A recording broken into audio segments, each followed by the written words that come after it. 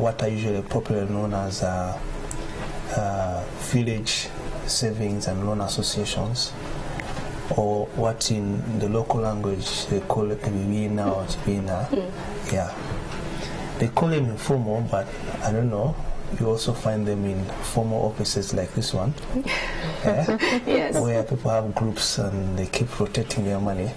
Yeah, so you find more women in such groups than men. Okay, but if you talk about going to financial inclusion, the fact that if you say they're not in the formal sector of things, but women are actually saving, what is stopping the women from going to the formal sector? There are quite a number of things. Some of them are culture. Yeah.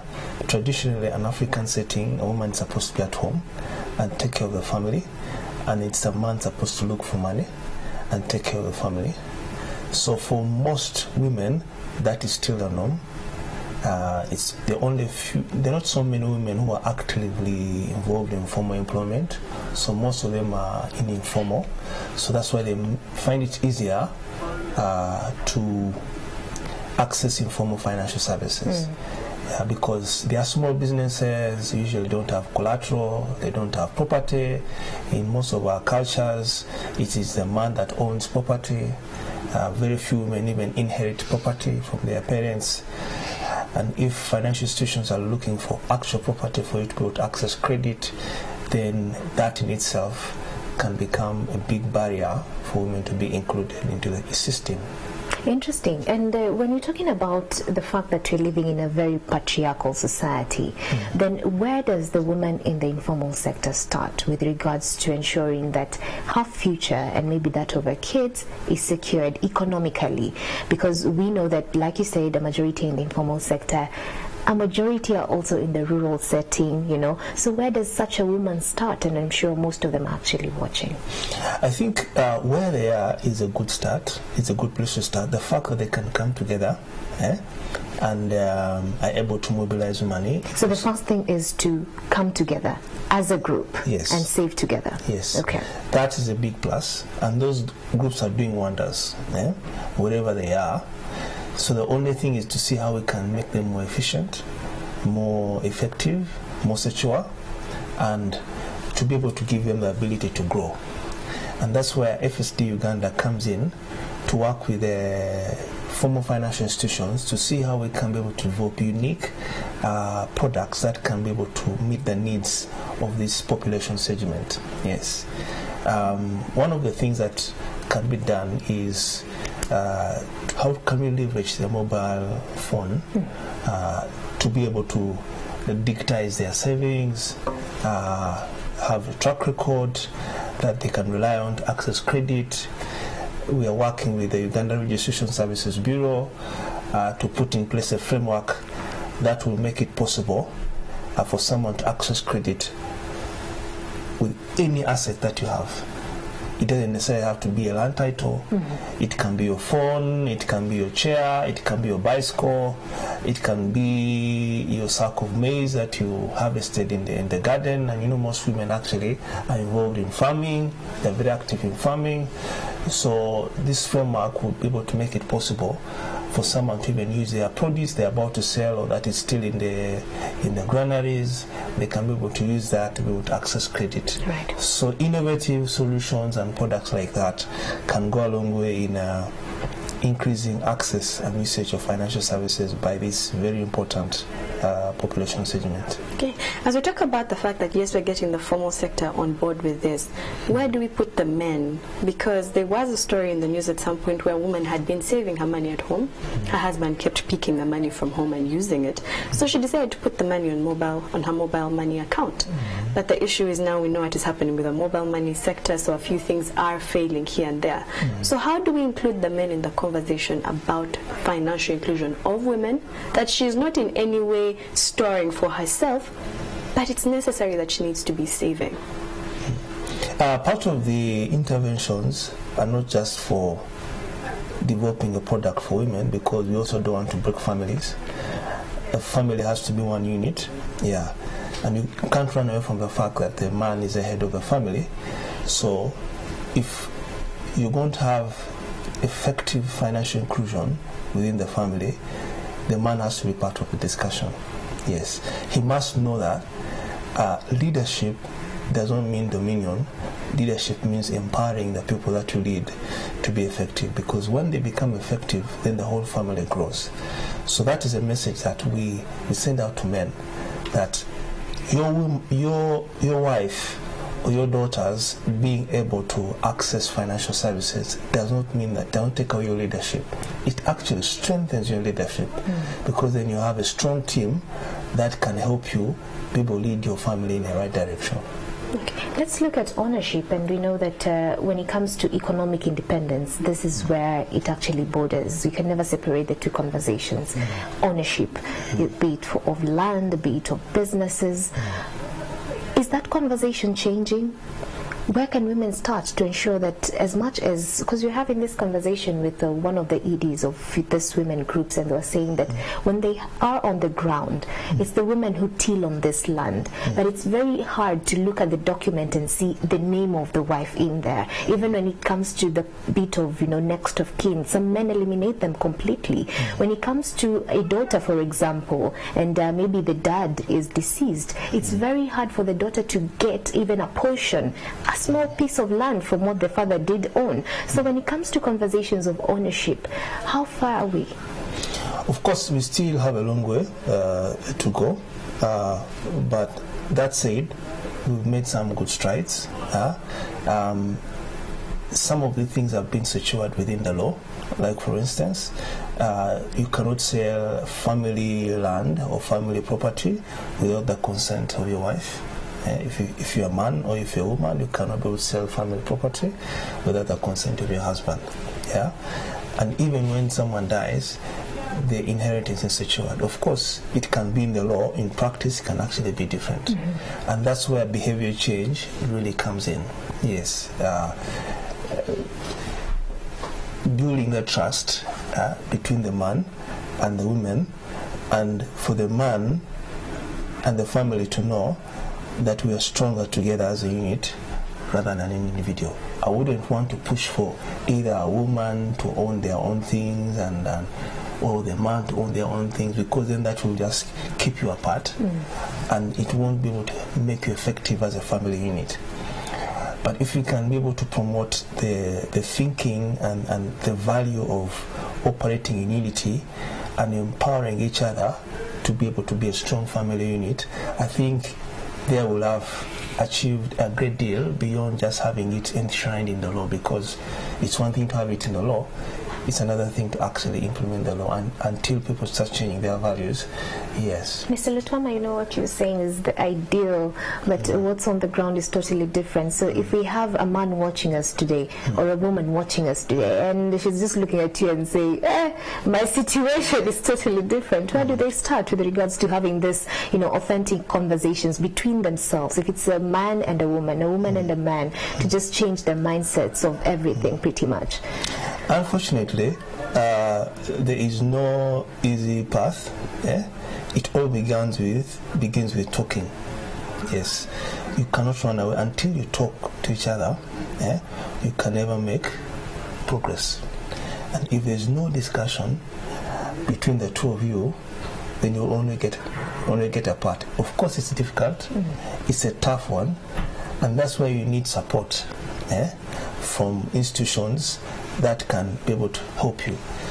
Where you may not have been able to reach out to your man, an institution like FSD Uganda can be able to probably put in place mechanisms that can be able to empower men and women to talk. Or there are many civil society organizations that can actually come in to be able to work with you, to be able to come to talk. Because of course there are times when communication can be broken down between the two of you, and you need external support, and that's where it comes in. But you cannot run away from addressing the challenge head on. Dialoguing. Yes. So if we're going to have the talk, be real about it and find a way forward with that. Yes. But as we go back to what the financial depending sector in Uganda is doing, which is trying to make sure that there's access to the formal financial sector. One thing you talk about is digitalization of it. have we considered that, because for a number of people, about 76% of the adults who could be able to access this are in the rural areas. Now the infrastructure, the issues there within technology, how can those hindrances be covered, or is it even an option? Yeah, digital is the way to go, because it breaks many barriers. Yeah, it breaks many barriers. But of course, for that to happen, there needs to be infrastructure in place. Yeah, and that is something that government can do. And government recently issued a broadband policy that mandates that telecommunication companies and other telecommunication providers to be able to extend their services nationwide.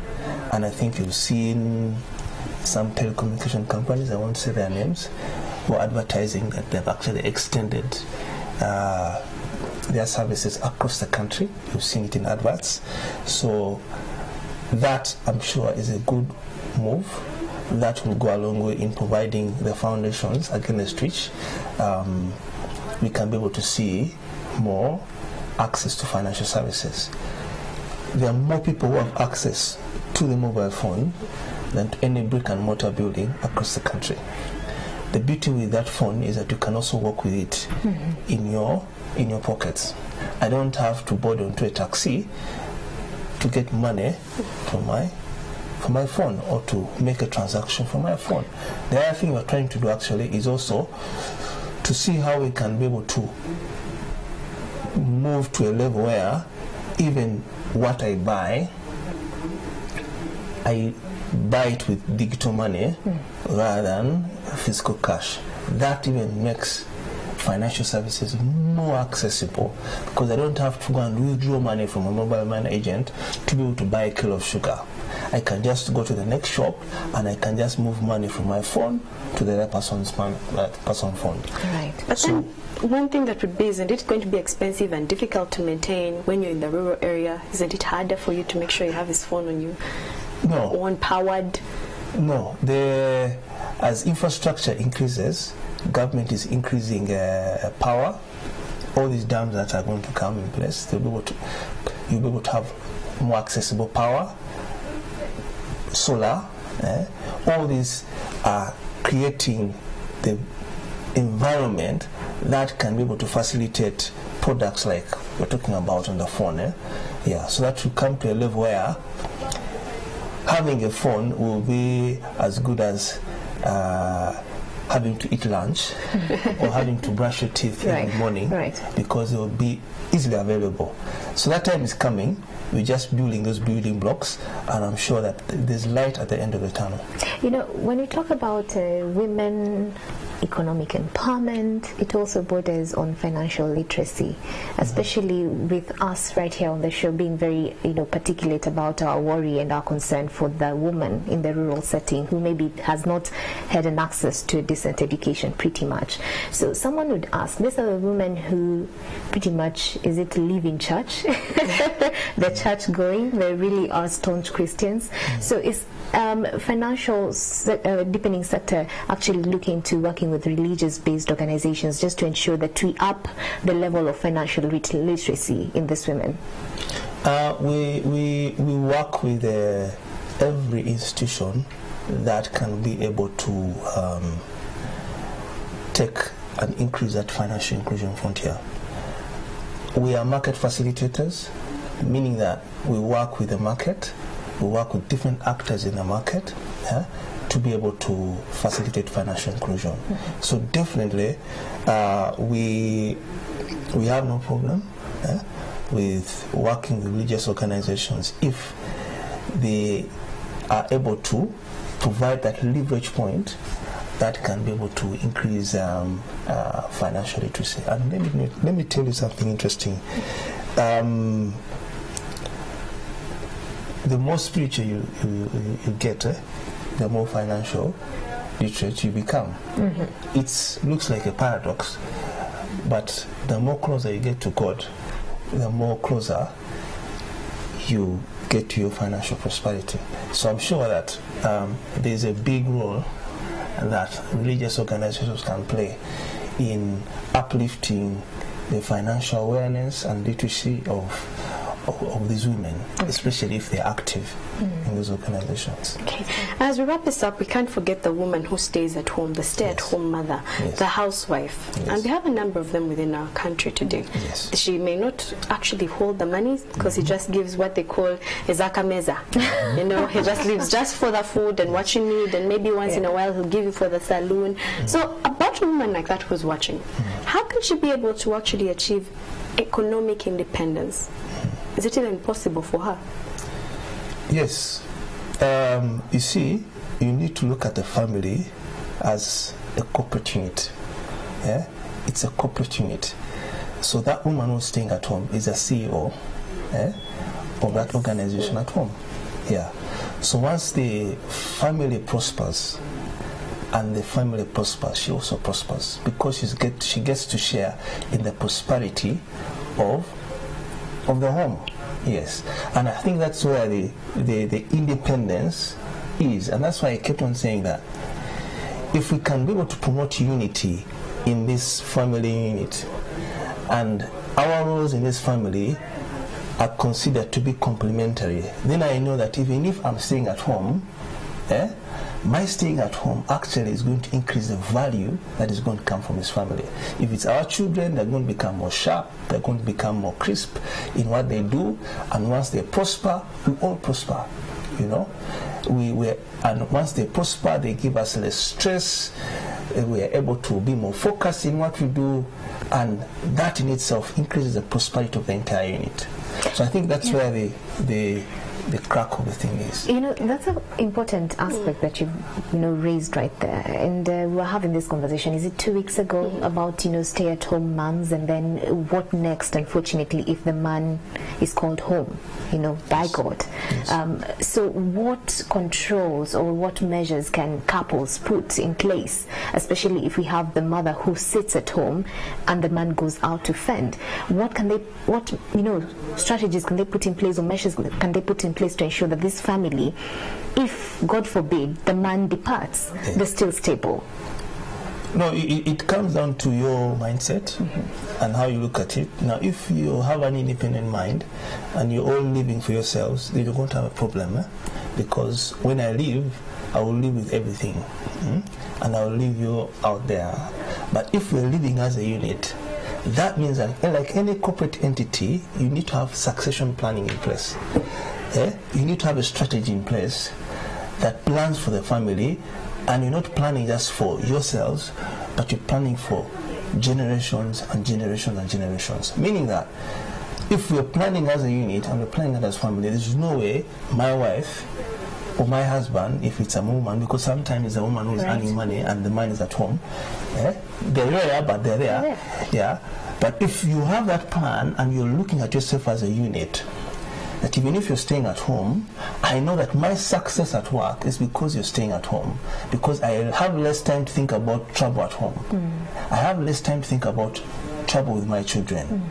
So then we plan, then I know that even if I'm to leave, I need to leave in place a system that will ensure that that prosperity that we have built, that foundation that we built, continues.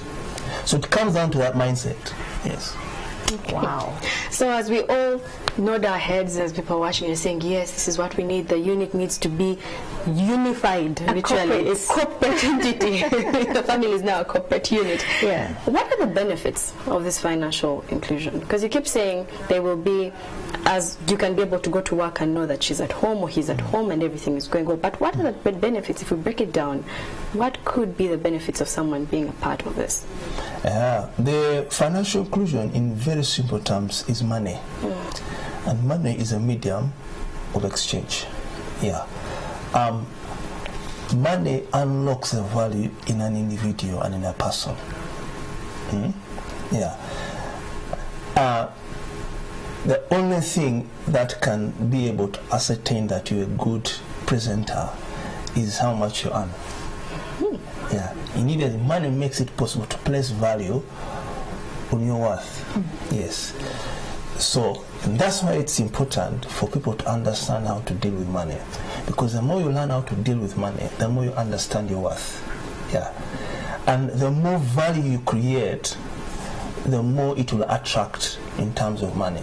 Yeah, so that's why it's important for you to know how to deal with money and to be part of that system, because you cannot be able to unlock value. There are many people out there who are doing many wonderful things and many good things, but because they're not part of the financial system, they don't know how much value they have. Yes, they don't know how much value. Even that woman who stays at home, yeah. If you have that unit and that you look at your family as an economic unit, you will be amazed at how much value that woman who even stay at home they have, even if they don't go to a typical day-to-day work, because they are part of the financial system. Interesting. Wow.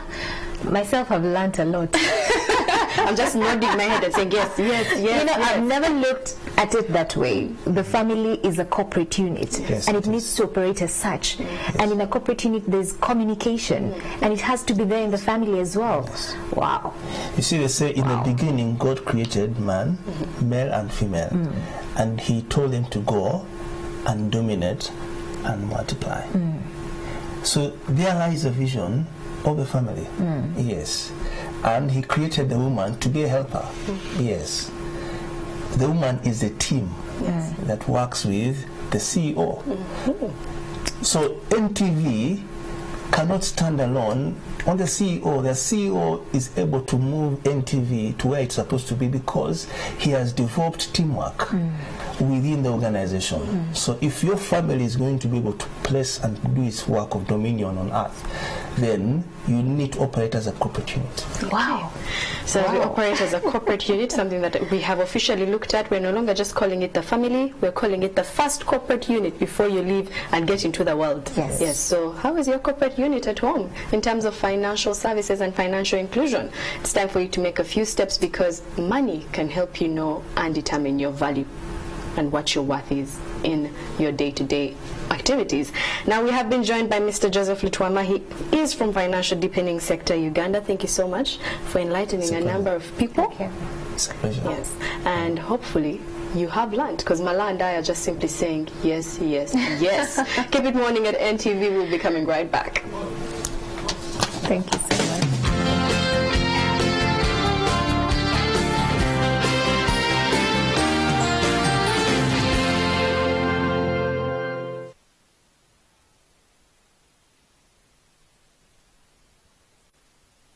Coming soon on NTV.